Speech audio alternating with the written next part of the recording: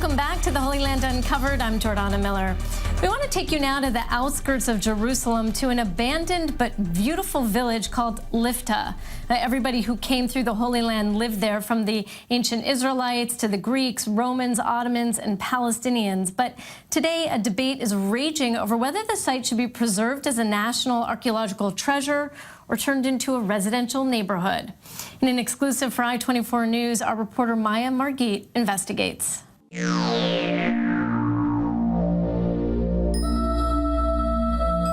is the story of a village frozen in time, with an incredibly rich past.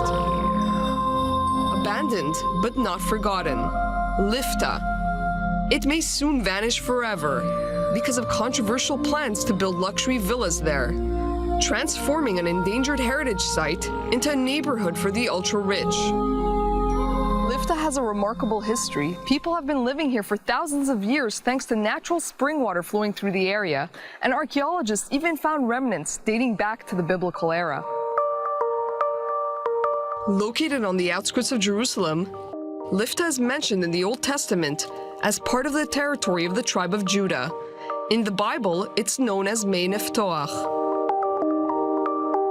One of the buildings here attests to Lifta's ancient past. These stones are believed to be from antiquity. Over the centuries, the village was inhabited by the Crusaders, the Ottomans, and later, Arab Palestinians, who lived here up until the Arab-Israeli War of 1948, when all the inhabitants fled. Afterwards, the State of Israel used Lifta to house Jewish immigrants from Yemen and Kurdistan. UNESCO put this place on a tentative list for World Heritage Sites, and recently got even more attention when the World Monuments Fund added it to a top 25 list of most endangered sites in the world. Ahead of plans to develop the area into a luxury piece of real estate, the Israel Antiquities Authority was tasked with conducting an in-depth archaeological survey. For 3 years, archaeologists studied the buildings, roads, and foundations of Lifta. A small part of the area was turned into a nature reserve. Last April, the IAA published a video describing the exciting discoveries they made. There is no doubt this is a very important survey the IAA has conducted, and I'm very proud to be a part of it. And I truly hope the results of the survey will lead to this village being preserved for future generations.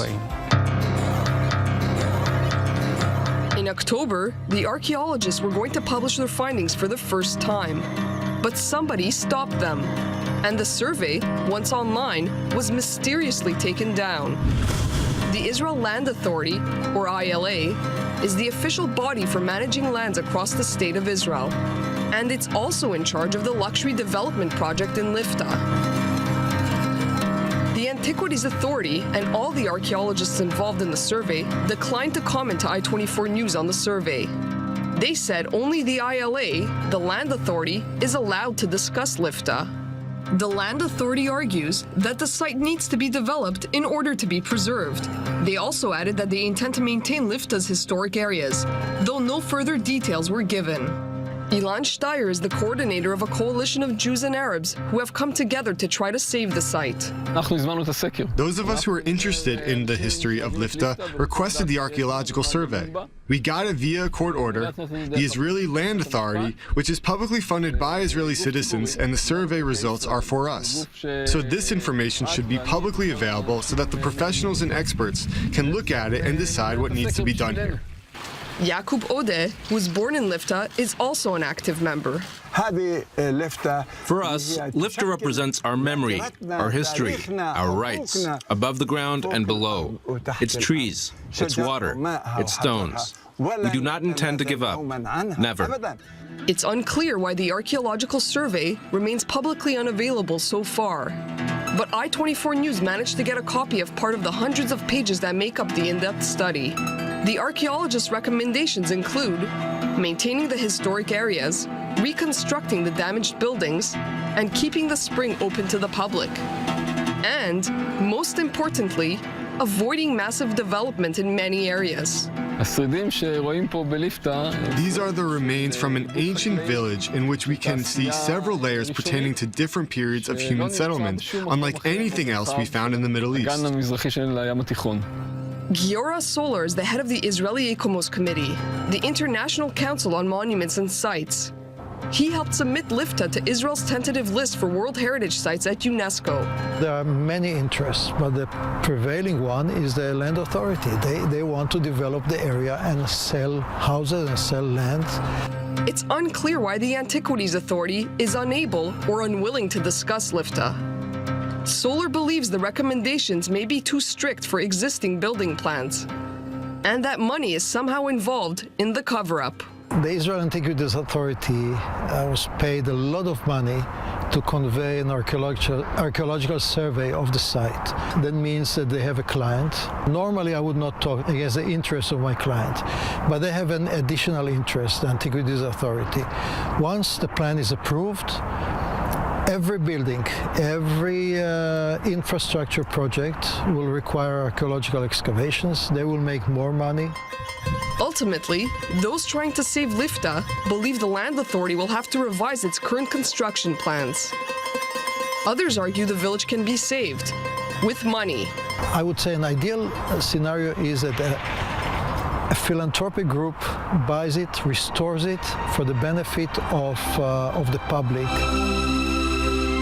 Whatever happens, everyone agrees that Lifta is an archaeological, historical, and cultural gem of immeasurable value that survived thousands of years of invasions, war, and human settlement. A place worth fighting for. Reporting from Lifta in Israel, Maya Margit, I-24 News.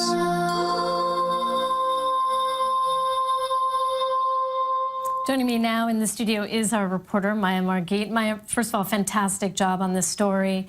I love that we got those documents and we were able to put them up there.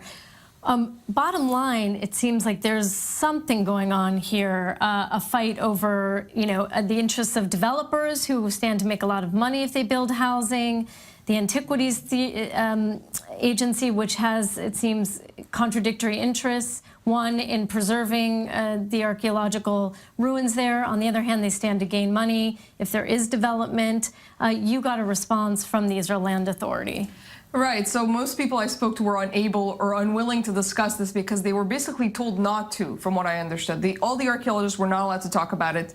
I was only able to talk to architects, but the Land Authority basically said that they're planning on building 268 residential units. There's going to be a hotel there as well as a commercial area. So this does sound like a massive development, though they did say there won't be any high-rises. They made it sound like these will be villas, 2- or 3-story buildings at the most. And they say that for them, they hope that the building plans will help preserve Lifta because it's in such a state of decay and disrepair that they say that there's something needs to be built there in order to preserve it. But they did not respond to my questions about the survey. They did not tell me what happened to the survey, where did it go. They did not respond to why the archaeologists are not allowed to discuss it.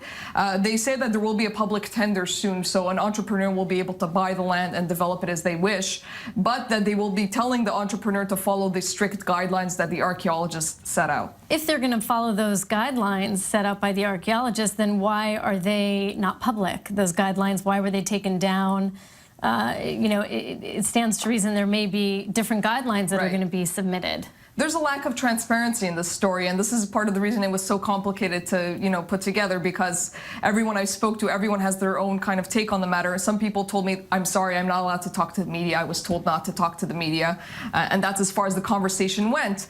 And as for the survey, it should be publicly available because it was by court order that it was put together. So it should be something that's available for everyone, and the Antiquities website is currently down for maintenance as of, this report, and they're not able to comment on it at all. We'll have to see what happens. There are several solutions that could be put in place for Lifta, What are some of those solutions? Well, according to Giora Solar, the architect I interviewed who was involved a lot in Lifta, he told me that he thinks the best solution, and I agree with him, is that someone buys this, a philanthropist buys this plot of land and preserves it for the public, turns it into a kind of national park. They have to go through a lot of there's so many layers in Lifta. You go into one building and there's floors and floors of layers of history for each different building there. Right, but isn't that really the responsibility of the state to preserve, archaeological ruins, that a private person has to come in and buy it because somehow the state can't be trusted is kind of a disturbing conclusion from your story. Thank you so much, Maya. Great job. Sure. We're going to take a short break, but don't go anywhere. We have a lot more coming up on the Holy Land Uncovered. Stay with us.